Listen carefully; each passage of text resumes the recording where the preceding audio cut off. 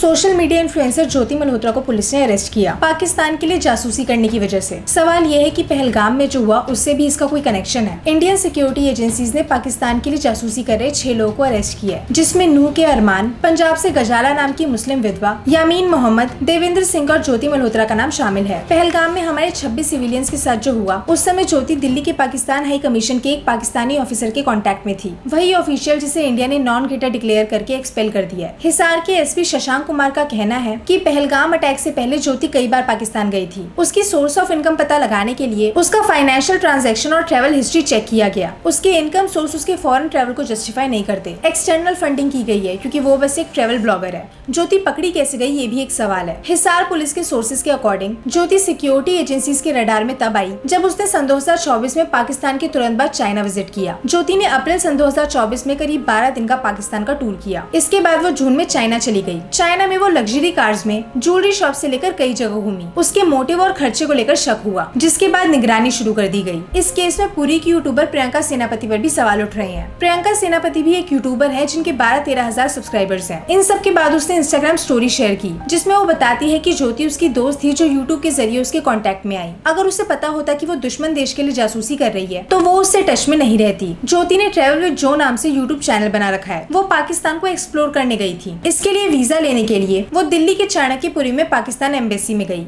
जहां उसके कॉन्टैक्ट्स बने। सन 2023 में ज्योति को पाकिस्तान का 10 दिन का वीजा मिला। यहाँ ज्योति पाकिस्तानी इंटेलिजेंस एजेंसीज के अधिकारियों से मिली। उसने पाकिस्तानी इंटेलिजेंस एजेंसी के ऑफिसर शाकिर का नंबर जट रंधावा नाम से सेव किया था ताकि किसी को शक न हो। वीजा एप्लीकेशन के समय उसका कॉन्टैक्ट हाई कमीशन के की फीचर एहसान और रहीम यानी दानिश और उसके एसोसिएट अली से हुआ। इंडिया लौटने के बाद ज्योति पाकिस्तानी इंटेलिजेंस एजेंसीज को व्हाट्सएप, स्नैपचैट, टेलीग्राम और कई प्लेटफॉर्म्स के जरिए जानकारी भेजने लगी। उसने पाकिस्तान में क्या क्या जानकारी दी है पता लगाया जा रहा है। पुलिस ने ज्योति का मोबाइल, लैपटॉप और सारा सामान सीज कर लिया है। अगर तुम ध्यान से देखोगे तो ज्योति ने सोशल मीडिया पर पाकिस्तान की पॉजिटिव इमेज दिखाने की पूरी कोशिश की है। कोई भी नॉर्मल यूट्यूबर वहाँ विजिट करता है तो उसका रिएक्शन क्या होता है ये हम सब जानते हैं। पाकिस्तान में हिंदुओं की संख्या 20% से लेकर 2% रह गई है, लेकिन सवाल पूछने की जगह, वहाँ की सच्चाई दिखाने की जगह ज्योति ने वहाँ की बहुत पॉजिटिव इमेज दिखाई। पहलगाम मैसेकर से पहले ज्योति जनवरी में पहलगाम गई थी। इसके बाद मार्च में पाकिस्तान। हरियाणा की यूट्यूबर होकर ये आज तक हरियाणा के चीफ मिनिस्टर से नहीं मिली, लेकिन ये मरियम नवाज शरीफ से मिलने के लिए पाकिस्तान पहुँच गयी। जो मरियम नवाज शरीफ को नहीं जानते, मरियम पाकिस्तानी पॉलिटिशियन है और पाकिस्तान के पंजाब की मुख्यमंत्री है। अगर देशभक्ति दिखाने का मौका मिलता है तो मेजर मोहित शर्मा जैसे बनिए, ज्योति मल्होत्रा जैसे नहीं।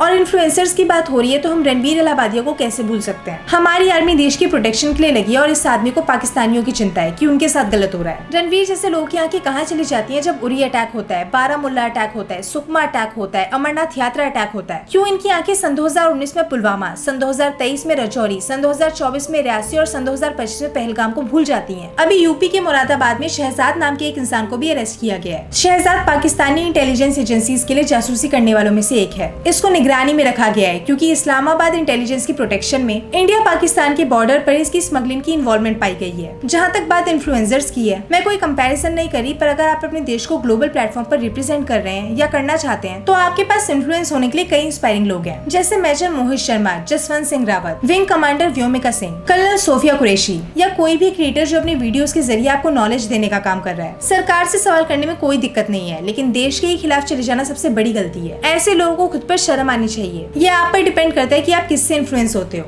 That's it.